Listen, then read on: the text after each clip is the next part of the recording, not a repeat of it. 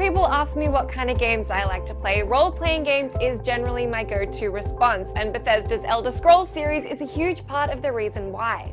I've been playing and replaying that series ever since I first played Morrowind as a kid. I love these games, and that's a part of the reason I've been so skeptical about the Elder Scrolls Online. The next installment into the epic saga has some Elder Scrolls fans like me worried that the move to the MMO format will make the game lose out on what it's done so successfully in the past.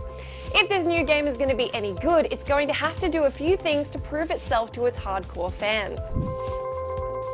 It may occasionally be difficult to remember all the details of all the quest lines you're involved in at any one time in Skyrim, but at the end of the day, there's a spectacular heroic narrative there.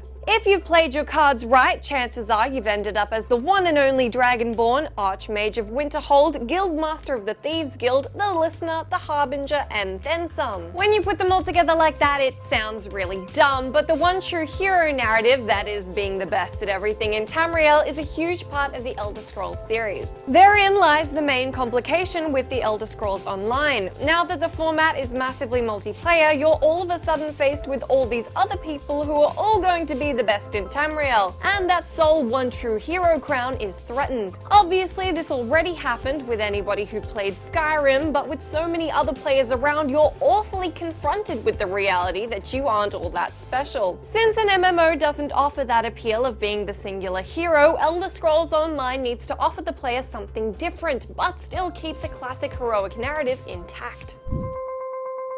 While MMOs have their own set of fun genre-defining hooks, Bethesda have additional hurdles to overcome when it comes to turning the Elder Scrolls into this kind of game. Skyrim fans are likely to come into the Elder Scrolls Online with certain expectations which are difficult to emulate in an MMO. For example, the graphics are a far cry from even an unmodded Skyrim game, the animations leave loads to be desired, and the combat isn't going to be as tight. But the quality of questing will be one of the biggest deciding factors for the favor of gamers. Now, not all MMOs suffer from this, but there can certainly be an overwhelming number of relatively insignificant quests from relatively insignificant NPCs. For example, gather 10 assorted carcasses from a certain cave and return for a random reward. The Elder Scrolls Online needs to prove that it can still retain the memorable characters and intriguing quest lines from its parent franchise. So far, they seem to be doing this well in cutscenes, but for Skyrim fans to stay interested, that needs to transfer quite clearly to the core of the game.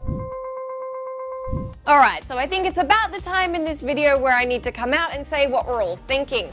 Basically, the Elder Scrolls Online needs to not be shit Skyrim populated by jerks who so often frequent multiplayer games. The Elder Scrolls Online already needs to be monumentally scaled down in performance and graphics to function as an MMO, which is why competing with a single-player RPG on that front is not going to be an option. It's never going to be as pretty or immersive as Skyrim. The one thing it can do, though, is make multiplayer mean something. If multiplayer is the crowning glory of this title, then it needs to be intrinsically linked to the way players approach their game. The flaws in the one true hero narrative could be mended by the strong suggestion that you're fighting for your faction and or your guild. The sense that you're a part of something larger and not just one of 30 dudes exploring the same dungeon trying to be the one true saver of Tamriel really could be the thing that draws in Skyrim fans.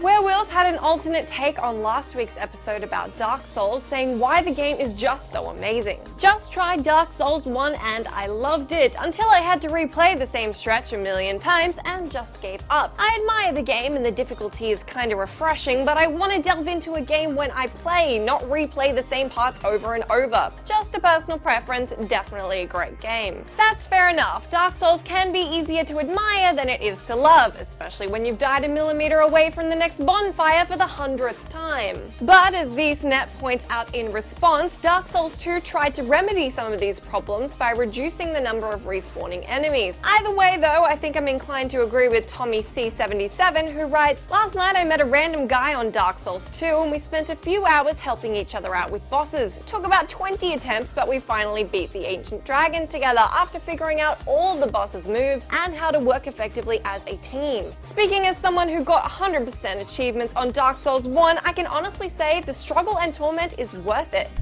Back to this week's topic, let me know whether you think Elder Scrolls Online has done enough to impress Skyrim fans or whether you reckon the game will find an audience outside of the original franchise. Leave me all of your thoughts and feelings in that comment section and I'll see you next week.